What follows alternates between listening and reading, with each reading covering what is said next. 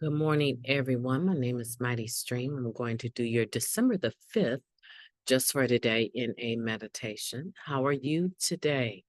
Hope you're doing well. Okay, December 5th. The title of the meditation is Those Who Want to Recover. We have seen the program work for any addict who honestly and sincerely wants to stop using drugs. That comes from the basic text, page 10. How do we know when someone honestly and sincerely wants to stop using drugs? The truth is that we don't know because we cannot read minds or know another's motives and desires.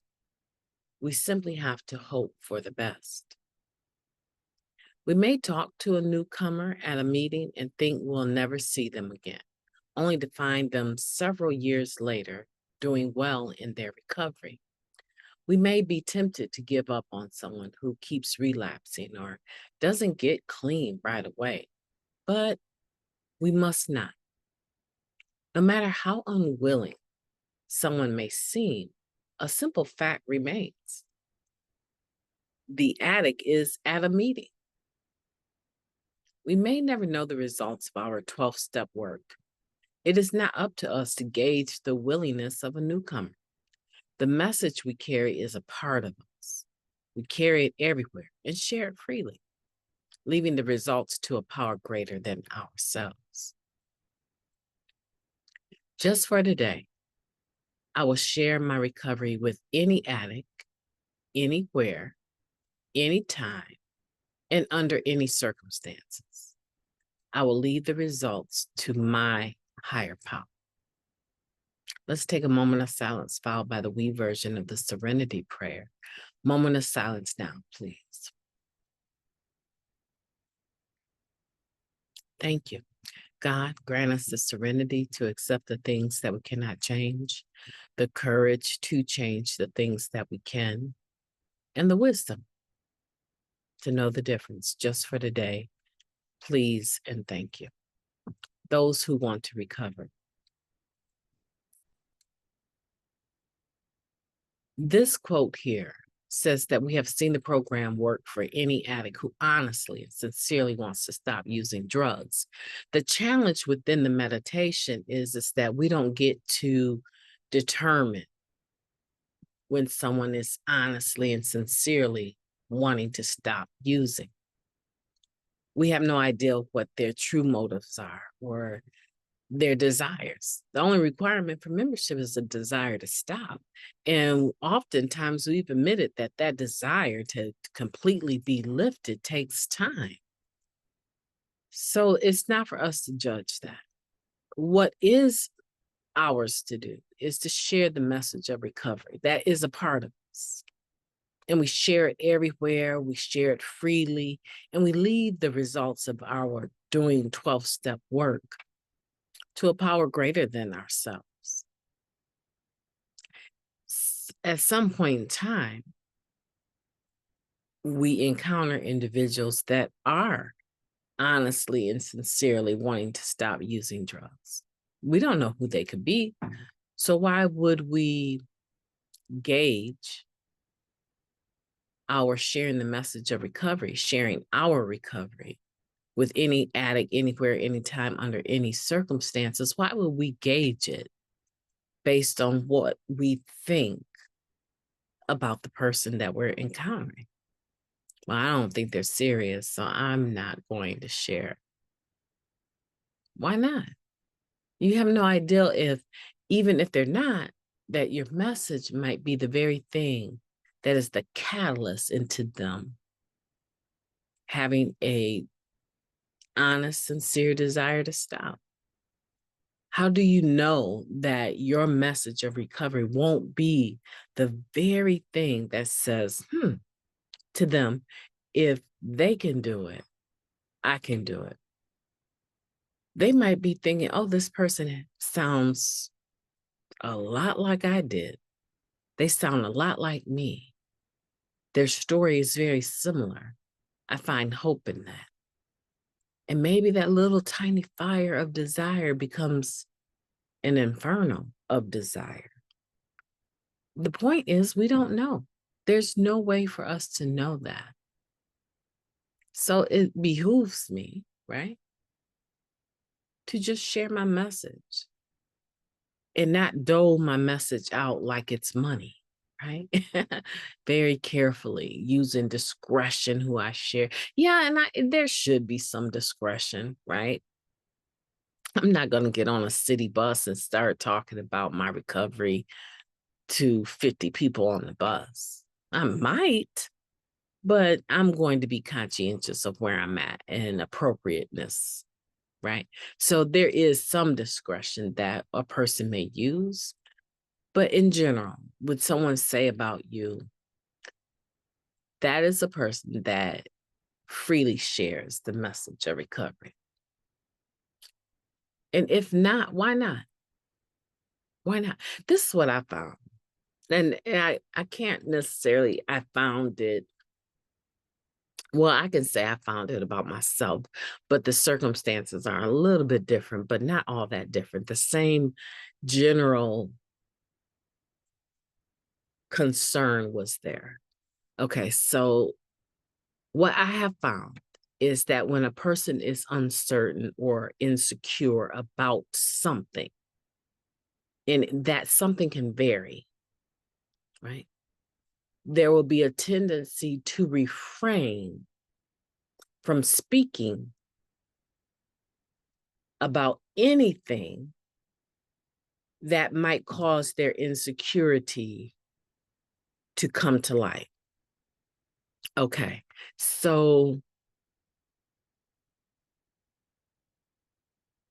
let me give you an example. Some area that I am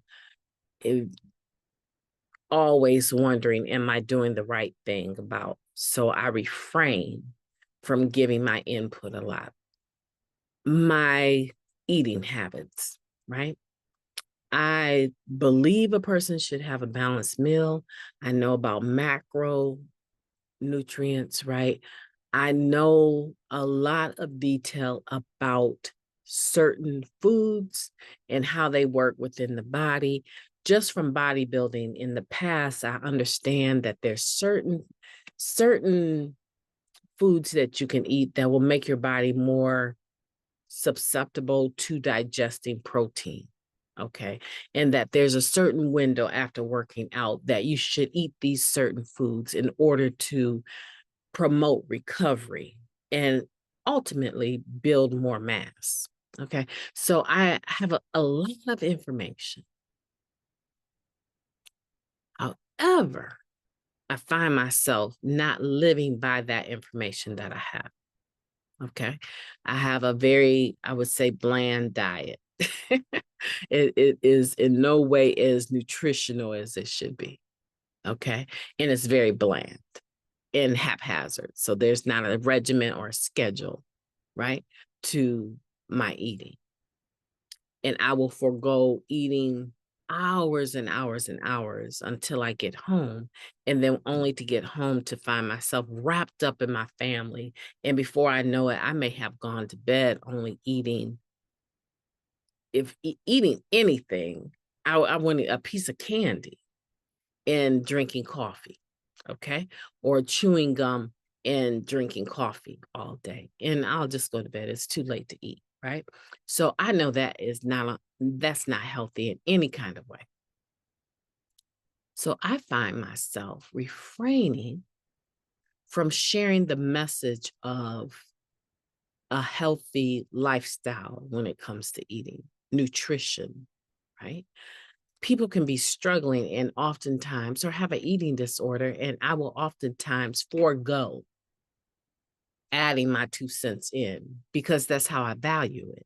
It's important, but it's not important enough for you to change your own life. So why would you think that you would have any information to give to anyone? And I actually have tons. I mean, if you look at my bookshelves, and I have several, right? I would say they fall within 4 areas, right?